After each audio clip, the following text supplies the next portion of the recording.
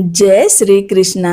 श्री पुरुषोत्तम भगवान की जय। आज आप सब पुरुषोत्तम मास महात्म का 21वां अध्याय सुनेंगे। आप सभी भक्तों का आज की कथा में हार्दिक स्वागत है। अब पुरुषोत्तम मास के पावन व्रत, उसके नियम, भजन आचरण की दिव्य कथा श्रद्धा पूर्वक सुनिए। नैमिषारण्य में एक समय अनेक ऋषि मुनि धर्म सभा में विराजमान थे। वहां भगवान की कथा, भजन और धर्म के रहस्यों पर विचार हो रहा था। उसी समय धर्मात्मा राजा दृढ़धनवा ने महर्षि वाल्मीकि के चरणों में प्रणाम करके अत्यंत विनम्रता से कहा, हे मुनिवर, संसार में अनेक व्रत, तप, यज्ञ और दान बताए गए हैं, किंतु पुरुषोत्तम मास का महात्म्य सबसे अधिक क्यों कहा गया है? इस मास में कौन कौन से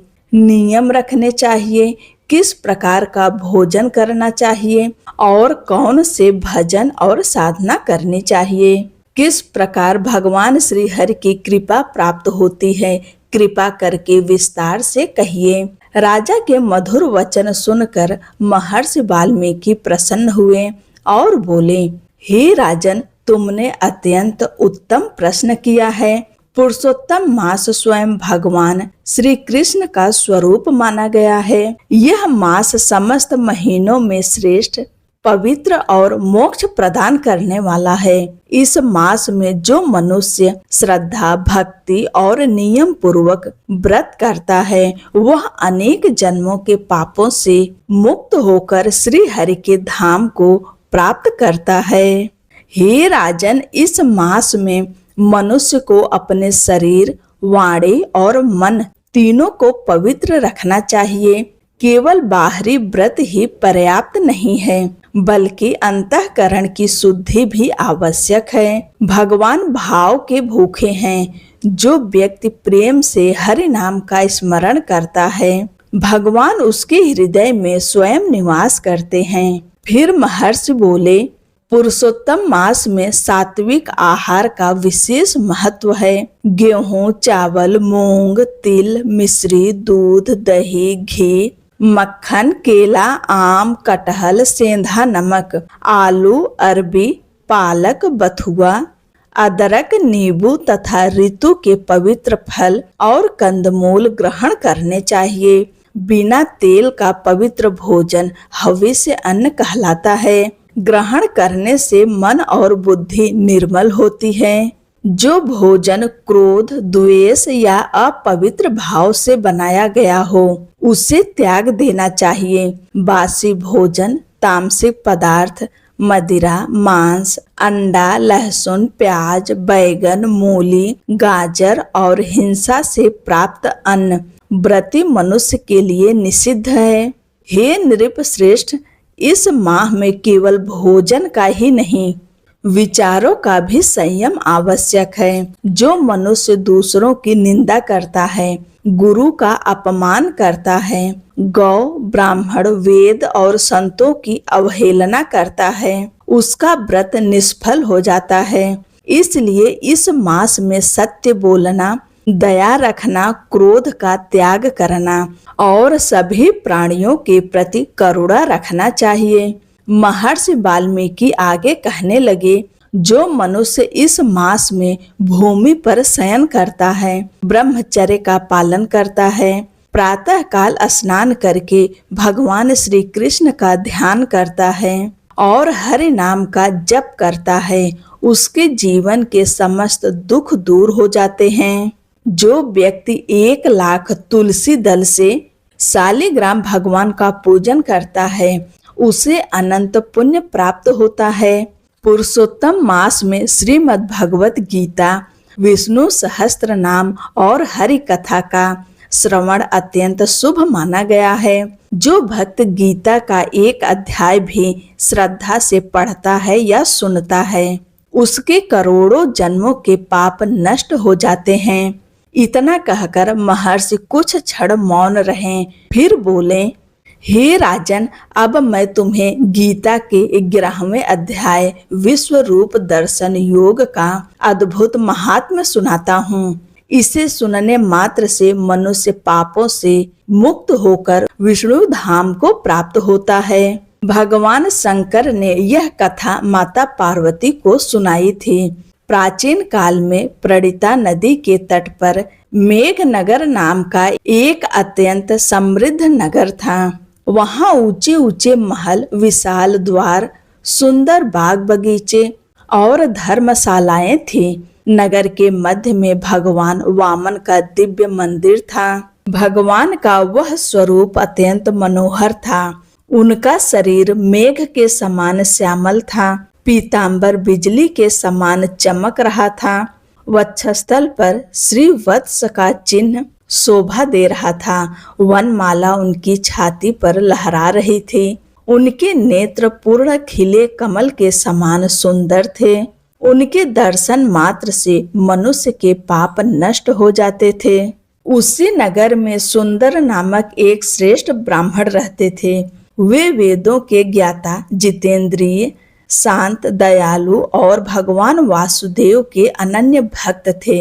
वे प्रतिदिन प्रातः काल स्नान करके भगवान की पूजा करते और भगवत गीता के 11वें अध्याय का पाठ करते थे।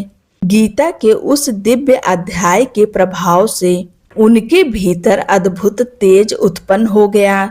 उनका मन संसार से विरक्त होकर सदैव भगवान के ध्यान में लीन रहता था।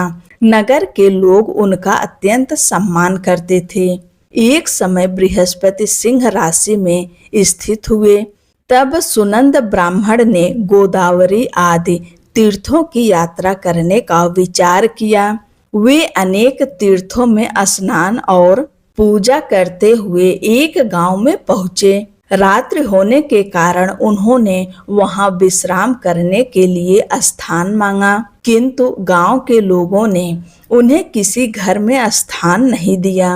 अंत में गांव के मुखिया ने एक पुरानी धर्मशाला दिखाकर कहा, हे ब्राह्मण देव, आज रात्रि आप इसी धर्मशाला में विश्राम कीजिए। सुनंद अपने साथियों सहित वहां ठहर गए। रात्रि बीत गई। प्रातः काल जब उनकी आंखें खुली तो उन्होंने देखा कि वे अकेले धर्मशाला के बाहर पड़े हैं। उनके साथी कहीं दिखाई नहीं दे रहे थे। उसी समय गांव का मुखिया वहां आया। उसने आश्चर्य से कहा, हे विप्रश्रेष्ठ, आप धन्य हैं। इस धर्मशाला में जो भी रात्रि बिताता है उसे एक भयंकर राक्षस खा जाता है, किंतु आपको उसने स्पर्श तक नहीं किया। अवश्य ही आपके पास कोई महान दिव्य शक्ति है। इतना कहकर वह रोने लगा और बोला, हे मुनिवर, कल रात मेरा पुत्र भी उस राक्षस का शिकार हो गया। कृपा करके उसका उद्धार कीजिए। सुनंद ब्राह्मण ने शांत स्वर में पूछा, यह राक्षस कौन है और उसका उद्धार कैसे हो सकता है? ग्राम प्रधान बोला, हे ब्राह्मण देव, वह राक्षस पहले एक किसान था।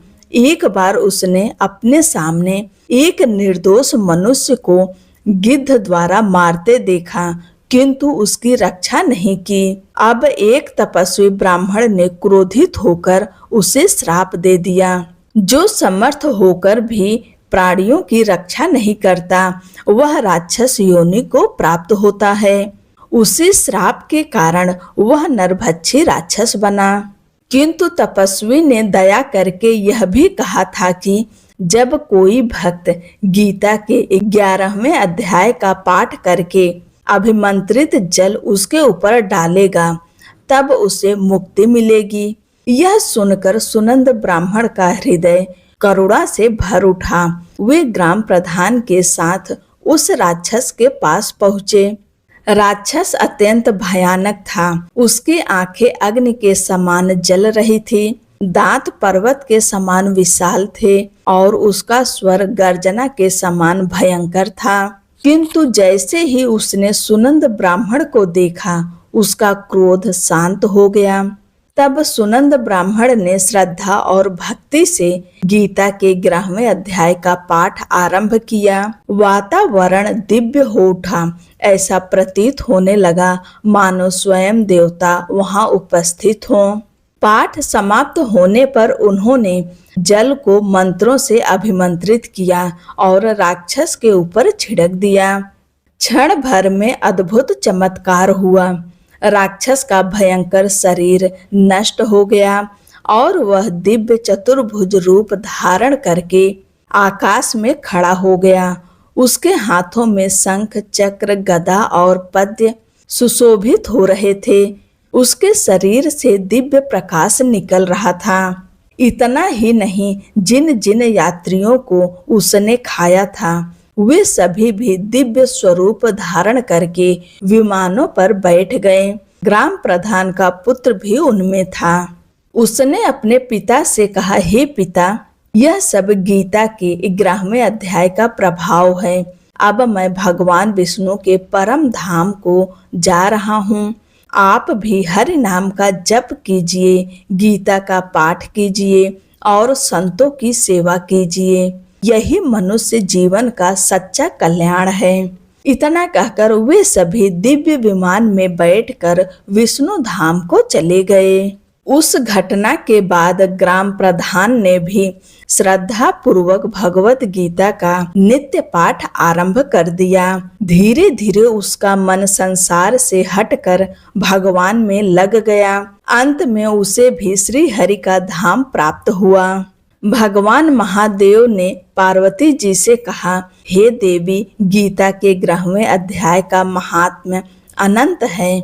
इसका श्रवण, पाठ और चिंतन करने से मनुष्य समस्त पापों से मुक्त होकर परम पद को प्राप्त करता है। शरीर रूपी समुद्र में डूबते हुए जीवों के लिए यह अध्याय अमृत के समान है।